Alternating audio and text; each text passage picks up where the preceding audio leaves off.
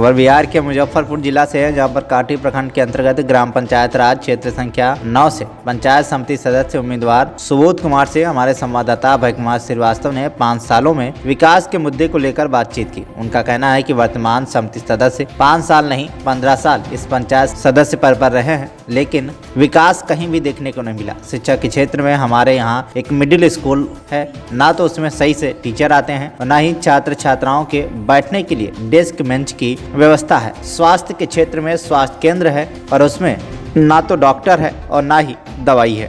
आइए देखते हैं मुजफ्फरपुर से अभय कुमार श्रीवास्तव की स्पेशल रिपोर्ट। बिहार पंचायत चुनाव 7वें चरण का मतदान इन दिनों चरम पर है। सारे प्रत्याशी अपने अपने क्षेत्र में अपने अपने जनता से मिल रहे हैं, वादे कर रहे हैं। मेन मुद्दा विकास के लेकर सारे प्रत्याशी क्षेत्र में भ्रमण कर रहे हैं। इसी संदर्भ में हम आ पहुंचे हैं कांटी विधानसभा अंतर्गत कांटी प्रखंड के हरचंदा पंचायत में, जहां से 8 वार्ड का प्रतिनिधित्व करने के लिए लड़ाई लड़ने जा रही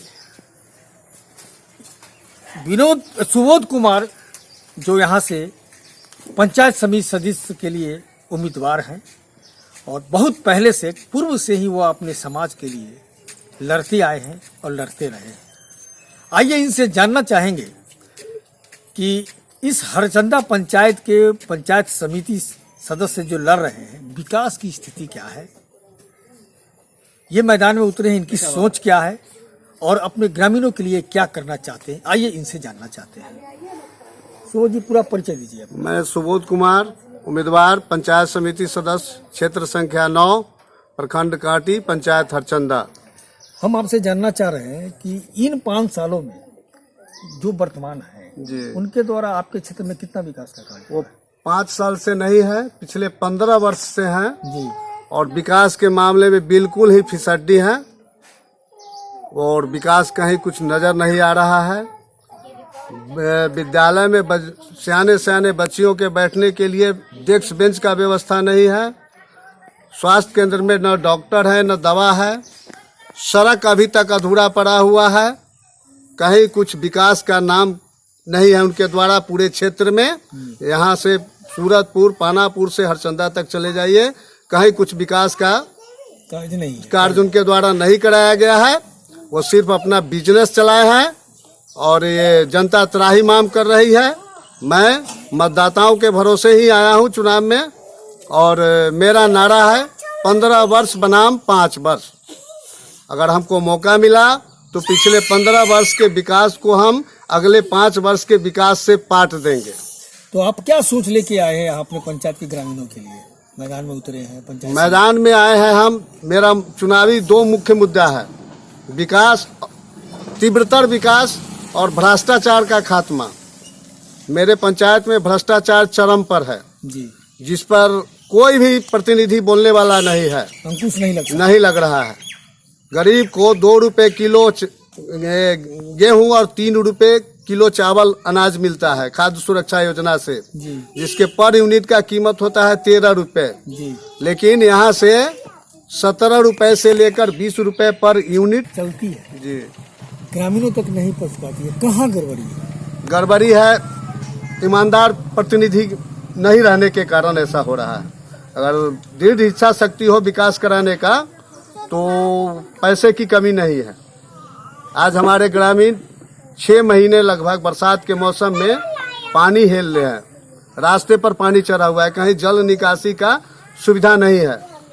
मुख्यमंत्री का चला 7 निश्चय योजना जिसमें गली नली बनाना था जल निकासी हेतु, लेकिन मैं पूरे क्षेत्र में घुमा हूँ, कहीं भी सड़क तो कहीं कहीं बना हुआ है लेकिन नाला कहीं नहीं बना हुआ है, जिसका खामियाजा लोगों को भुगतना पड़ रहा है कि बरसात में पानी हेल कर घर में जाना पड़ रहा है। इससे मैं निजात दिलाऊंगा। विद्यालय में बच्चियों के बैठने के लिए सियाने बच्ची लोग जाते हैं, फर्श पर बैठ के पढ़ते हैं, मैं उनके लिए बैठने का व्यवस्था करूंगा। हमारे यहाँ स्वास्थ्य केंद्र है, न वहाँ डॉक्टर है न दवा है, मैं इसकी व्यवस्था मैं कराऊंगा और जो भी सड़क अधूरा पड़ा हुआ है उसको मैं प्राथमिकता के आधार पर पूर्ण कराऊंगा। हमारा भारत कृषि प्रधान देश है, सिंचाई के क्षेत्र में आप क्या करेंगे? सिंचाई की सुविधा मेरे पास पूर्व से है हमारे क्षेत्र में। जी ये गंडक प्रोजेक्ट का नहर है मेरे पास, जिससे समय समय पर पानी आ जाती है। हाँ, कभी कभी विभाग की गलतियों के कारण अत्यधिक पानी का आ जाने के कारण फसल बर्बाद भी होता है। तो इस पर हम कोशिश करेंगे कि किसान का फसल बर्बाद ना हो और समय से पानी मिले। महिला के लिए क्या करेंगे आप? महिला शिक्षा के पर हम विशेष जोर देंगे। जो बच्चे अभी स्कूल नहीं जा रहे हैं, हम उनके प्राथमिकता के आधार पर उनका नामांकन कराएंगे, उनके पढ़ाई का व्यवस्था कराएंगे। महिलाओं की सुरक्षा का वादा करते हैं हम। चलिए, ग्रामीणों से आप क्या कहना चाहते हैं? ग्रामीणों से कहना चाहते हैं कि अगर हमें एक अगला बार मौका मिल गया जनप्रतिनिधि बनने का, तो पिछले जो जनप्रतिनिधि हैं वो 15 साल से हैं, उनके 15 साल के विकास को हम अगले 5 साल के विकास से पाट देंगे। मतलब अपने क्षेत्र में काफी विकास करेंगे। काफी विकास, इसको हम मॉडल क्षेत्र बना देंगे, एक आदर्श क्षेत्र बना देंगे। हाँ जी, आम उपभोक्ताओं से जी अगर वो रिसीट मांगते हैं तो अभी जो निवर्तमान पंचायत समिति सदस्य हैं, उनके भावज हैं डीलर, जी वो उनका कारनामा है, नहीं देते हैं, अंगूठा लगवा कर लौटा देते हैं।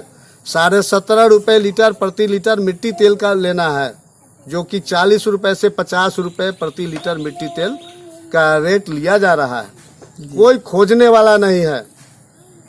यहाँ इंदिरा आवास या प्रधानमंत्री आवास योजना है, उसमें लूट खसोट मचा हुआ है।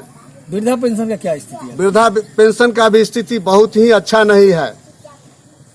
ठीक है, बहुत ऐसे भी लाभुक मिलेंगे जिनका पिछले 4 साल से भुगतान अटका हुआ है, किसी कारणवश अभी तक भुगतान नहीं हुआ है और उनको कोई मदद करने वाला आदमी नहीं है। तो प्रतिनिधि होकर के उन्होंने मदद नहीं किया है। और ये इस बात को आप जांच सकते हैं, हमारे पंचायत में विकास कुछ भी नहीं है। दूसरा मुद्दा क्या है आपका? भ्रष्टाचार का खात्मा करना है। अच्छा, आप क्षेत्र में घूम रहे हैं जी, ग्रामीणों से मिल रहे हैं, ग्रामीणों का रुझान क्या कहना है? अब मेरा जो मैं उम्मीदवार के हैसियत से जो मेरा काम है वो मैं कर रहा हूँ जी। अब जाने लोग मतदाता बंधु जी तो क्या निर्णय करेंगे, जो निर्णय करेंगे उनका निर्णय हमें मान्य होगा। तो जनता आप ही को कहे ग्रामीण वोट करेंगे? देखिए, पिछले 20 वर्षों से हम आम लोगों से जुड़े हुए हैं जी। पहली बार पंचायत चुनाव हुआ 2001 में, उस समय मैं वार्ड मेंबर बना था जी। और लगभग 100 व्यक्तियों का मैं इंदिरा आवास बनवाया हूँ जी। लेकिन कोई माई का लाल ये नहीं कह सकता है कि हमसे ये 2 रुपया नाजायज लिए हों जी। उसके बाद 6 से 11 तक मैं पंच भी रहा हूँ अपने ग्राम कचहरी में जी। 10 साल का मेरा सेवा है। 100 व्यक्तियों का मैं वृद्धा पेंशन करवाया हूँ, जो अभी भी उसमें कुछ लोग अभी जीवित हैं, बुजुर्ग हैं लेकिन जीवित हैं जी। यही सब काम है। या और कोई भी सामाजिक काम हो, मैं किसी भी उम्मीदवार से हम पीछे नहीं रहने वाले हैं, बढ़ चढ़ कर हिस्सा लेने वाले हैं। यही हमारी पूंजी है और इसी के दम पर हम चुनाव में आए। मतलब कि आप माने ग्रामीणों के हर सुख दुख में बराबर, हर सुख दुख में साथी हैं हम। इसी बीच पंचायत चुनाव लड़ने के कारण हमें एक हत्या के मुकदमा में आरोपित कराया गया है जी। हमारे विरोधियों के द्वारा जी। लेकिन ऊपर वाले की कृपा और मतदाताओं का आशीर्वाद है कि मैं ठीक चुनाव से पहले हाई कोर्ट से जमानत लेकर भी आ चुका हूँ। हमारे विरोधी द्वारा इस बात का भी दुष्प्रचार किया जा रहा है कि ये हत्यारा है, तो मैं हत्यारा हूँ या निर्दोष हूँ, इसका फैसला यहाँ की मतदाता करेगी। चलिए, ग्रामीण से मिल लिए, सारा सी समस्या से अवगत हो गए। अगर आप जीत जाते हैं तो कहाँ से प्राथमिकता शुरू करेंगे? मेरा प्राथमिकता होगा समाज के अंतिम पायदान पर खड़े व्यक्तियों का उत्थान। जी।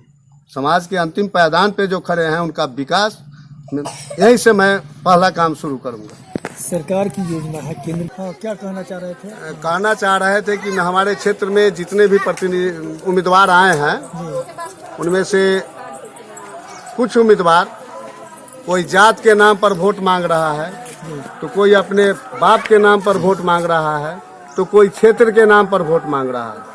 मैं अगले वर्ष 5 वर्ष के विकास के नाम पर वोट मांग रहा हूं और उम्मीद है कि यहाँ की मतदाता हमको अपना आशीर्वाद जरूर देंगे। देखिए, इनसे बात करने के बाद निष्कर्ष ये निकला है कि ये यहाँ विकास के मुद्दों को लेकर ही मैदान में आए हैं। बहुत सारी समस्याएं हैं ग्रामीणों के बीच में, इन सारी समस्याओं को ये दूर करेंगे। ये सबसे पहले प्राथमिकता देंगे महिलाओं के विकास के लिए, यानी महिलाओं में शिक्षा का। दूसरा, स्वास्थ्य के प्रति ये कार्य करेंगे। तीसरा, ये बोल रहे हैं कि यहाँ की जो पानी निकासी की व्यवस्था है वो सारी व्यवस्था को ये दुरुस्त करेंगे ताकि यहाँ के किसानों को फसल बर्बाद ना हो सके। अब आने वाला वक्त बताएगा, जनता जनार्दन होती है, किसे सरताज बनाती है। सहयोगी मृत्युंजय के साथ Abhay Kumar Srivastava, TV on India news, Muzaffarpur.